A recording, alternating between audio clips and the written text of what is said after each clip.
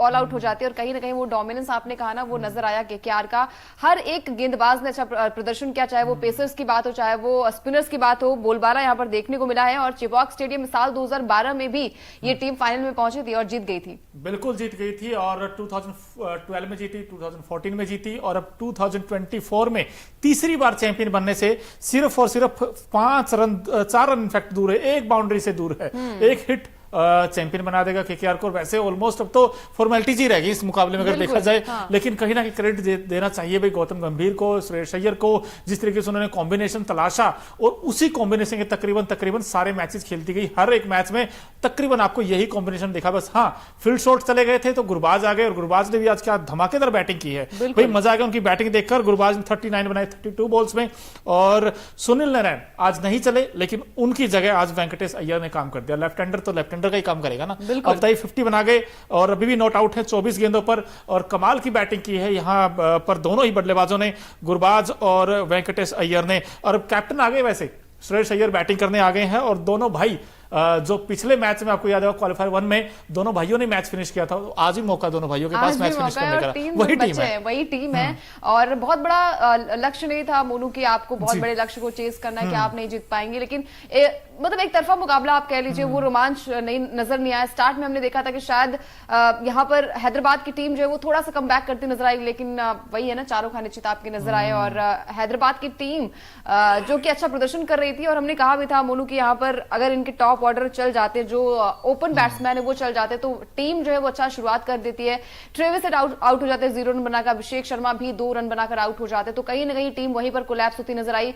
उसके बाद तो विकेट्स पे विकेट्स गिरते गए। आई थिंक पैट कमिंस ने सबसे ज्यादा रन इस टीम के लिए बनाए हैं और कप्तानी पारी थोड़ी सी खेली और यहां से जो केकेआर की टीम है सिर्फ 2 रन दूर है अपनी जीत से और ट्रॉफी जीतने से। मोनू ट्रॉफी जीतने से 2 रन दूर है और यहां पर हम देख रहे थे भाई जो केकेआर की टीम है राइट फ्रॉम स्टार्ट इस पूरे सीजन में उन्होंने अच्छा क्रिकेट खेला और जो लड़ा है वो खड़ा है। आज देखिए केकेआर की टीम चैंपियन बनने से सिर्फ एक रन दूर है और धीरे धीरे करके खैर ये तो जीत ही गया है। लेकिन भाई हैदराबाद की हार का जिम्मेदार कौन दोस्तों, वो बताइए आप। क्या वो बैटिंग में जो कोलैप्स हुआ था उनका टॉप ऑर्डर का वो एक सबसे बड़ा कारण था, या फिर मिचेल स्टार्क ने जैसे ही गेंद पकड़ा हाथ में या वहीं से लग गया था पहला ओवर में ही कि हो गया जी फैसला? बिल्कुल, हमने कहा भी था मोनू कि आपका जो स्टार्ट हैदराबाद की टीम करती है वहीं से अगर उनके टॉप ऑर्डर को आउट कर दिया, खासकर ट्रेविस हेड को और अभिषेक शर्मा को, टीम वही उनके हाथ पांव जो है वो फूल जाते हैं। और हमने वो देखा भी है कि यहाँ पर जैसे ही आउट हुए, ट्रेविस हेड 0 पर आउट हुए, अभिषेक 2 पर आउट हुए,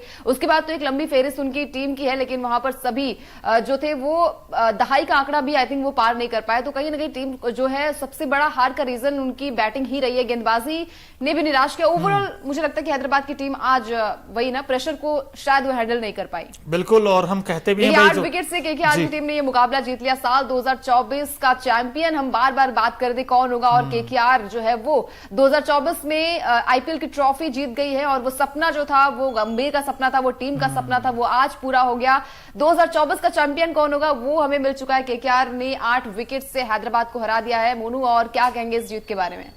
बिल्कुल बड़ी जीत है और केकेआर ने देखिए 8 विकेट से हरा दिया। बोना टारगेट था, बोना के 114 बनाने थे और वो भी सिर्फ 10.3 ओवर में ही बना दिए। आसानी के साथ, इससे आसान क्या हो सकता है। और यहां पर एसआरएच की जो फ्लॉप बैटिंग है उस पर सवाल उठे हैं और कहीं ना कहीं देखना होगा कि भाई एसआरएच को कि बड़े मैच में जो अब तक उनकी बैटिंग अच्छा करते आई थी और खासकर टॉप ऑर्डर, हम हमेशा बात करते हैं अंकिता कि जिस दिन इनके ओपनर अच्छा करेंगे तो ये टीम अच्छा करेगी। आज ओपनर जल्दी आउट हो गए तो ये टीम स्ट्रगल करती नजर आई। और यहां पर केकेआर देखिए तीसरी बार चैंपियन बनाया। ना सिर्फ शाहरुख खान खुश होंगे बल्कि जो केकेआर के फैंस है वो बड़े एक्साइटेड होंगे और आई थिंक ये इस मैच का टर्निंग पॉइंट कह लीजिए या सबसे बड़ा मैच का रुख पलटा है।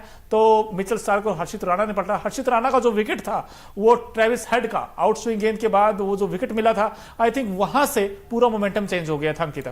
देखिए वैभव अरोरा ने आई थिंक विकेट लिया था यहाँ पर और जिस तरीके की गेंदबाजी यहाँ पर करते नजर आए, तारीफ यहाँ पर सबकी करनी बनती है, चाहे वो पेसर्स की बात हो मोनू, चाहे वहां पर स्पिनर्स की बात हो, लेकिन सबसे अच्छा विकेट आई थिंक लिया था यहाँ पर मिचेल स्टार्क ने, जो आउट किया अभिषेक शर्मा को। वो गेंद को वो पढ़ नहीं पाए थे और वहीं से जैसे विकेट गिरा अभिषेक का, वैसे ही हमने कहा ना कि इनकी ताकत जो है वही कमजोरी में तब्दील हो गई और जैसे ही इनके टॉप ऑर्डर आउट हुए उसके बाद सारी की सारी टीम जो है वो कोलैप्स होती गई और बहुत बड़ा लक्ष्य नहीं था मोनू कि आप चेज ना कर पाए।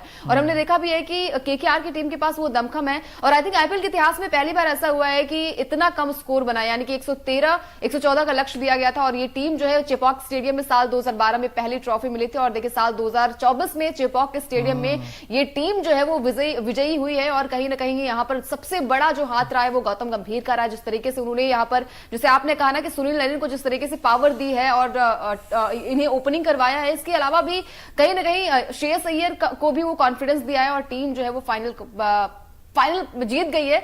और लगातार हम बात कर रहे थे, वो 22 मार्च से स्टार्ट हुआ था मैच, उस दौरान ही हम बात कर रहे थे जब टीम कहीं ना कहीं कोलैप्स होती नजर आई थी। स्टार्टिंग में भी कोलैप्स हुई थी जब हमने देखा था और मिचेल स्टार्क को बार बार ट्रोल किया जा रहा था कि इतने महंगे हैं खिलाड़ी लेकिन काम बड़े, लेकिन दर्शन छोटे, वही वाली बात थी। लेकिन इस खिलाड़ी ने वो दमखम दिखाया है और पैट कमिंस को जो है वो हार का सामना करना पड़ा। 8 विकेट से ये टीम हार गई। आपको क्या लगता है कि कहां पर टीम जो है वो कोलैप्स होती नजर आई? यार देखिए, पहला ओवर से अगर अटैक क्रिकेट वो खेलती थी टीम, इनको काफी सक्सेस मिली है और अगर आते ही ऐसे चौके छक्के लगाते तो टीम कामयाब हो जाती। लेकिन आज तो मिचेल स्टार्क जो 25 करोड़, आपने बिल्कुल सही कहा भाई, आज पता चल गया कि इस टीम ने 25 करोड़ क्यों लगाए थे। उसका रीजन आज हमें पता चल गया कि क्योंकि मिचेल स्टार्क बड़े मैचों के बड़े प्लेयर है, उन्होंने साबित कर दिया और दूसरी बार उन्होंने साबित किया, तीसरी बार किया उन्होंने। इनफैक्ट अगर आप 3 मैचेस देखोगे, इस वक्त हमारे साथ बहुत सारे लोग जुड़ गए हैं और सागर जी कहते हैं कांग्रेचुलेशंस।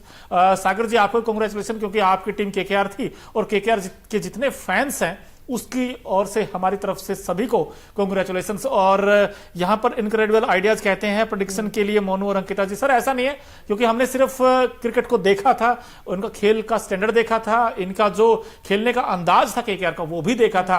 भाई वो आउटस्टैंडिंग टीम थी, ऐसी टीम थी जो निडर हो खेले है इस पूरे सीजन में, वो बेखौफ अंदाज में खेली वो टीम। सुनील नारायण से ओपन कराना आई थिंक ये सबसे बड़ा उनके लिए सबसे बड़ा फैक्टर रहा। और बॉलिंग देखे वो भी सुपरहिट थी, इनके पास राइट कॉम्बिनेशन था और विनिंग मोमेंटम। दोस्तों विनिंग मोमेंटम बार-बार वही कहते हैं कि मैच आपको जो है वो बल्लेबाज जिताते, लेकिन टूर्नामेंट्स की बात आती है वहां पर आपको गेंदबाज ये मैच जिताते हैं। और आज केकेआर की गेंदबाजी में वो दमखम नजर आया, वो हम कहते हैं ना किंग वाली पारी जो है वो देखने को मिली है। चाहे वो यहाँ पर बात की जाए कितने भी गेंदबाज रहे, चाहे वो मिचेल स्टार्क हो, वैभव अरोरा हो या फिर यहाँ पर हर्षित राणा हो, कमाल की गेंदबाजी करते नजर आए। इसके अलावा आंद्रे रसल ने भी यहाँ पर 3 विकेट लिए, तो वो भी बल्ले से कमाल दिखाते हैं। हालांकि आज बल्लेबाजी उनकी आई नहीं है, लेकिन जिस तरीके से प्रदर्शन यहाँ पर श्रेयस अय्यर की कप्तानी को आप किस तरीके से देखते हैं मोनू? क्योंकि श्रेयस अय्यर को कहीं ना कहीं जैसे टीम जो थी वो कोलैप्स होती नजर आई थी स्टार्टिंग के मैचेस में, उसके बाद काफी ज्यादा ट्रोल भी किया जा रहा था कि श्रेयस अय्यर जो है वो कप्तानी अच्छी नहीं कर पा रहे। लेकिन आज यही कप्तान जो है वो चैंपियन बन चुका है और केकेआर की टीम जो है वो साल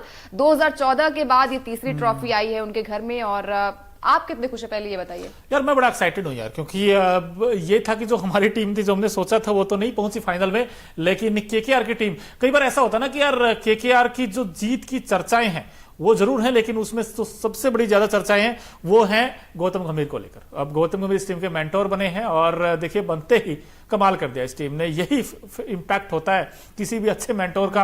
अब गौतम गंभीर को क्रेडिट देना चाहिए, क्योंकि जैसे उन्होंने फैसले लिए, अय्यर ने भी जिस तरीके की रोल प्ले किया। और यहाँ वरुण चक्रवर्ती देखिए 2 ओवर में सिर्फ 9 रन, आंद्रे रसल 2.3 ओवर में 19 रन 3 विकेट, ये है सबसे बड़े गेम चेंजर।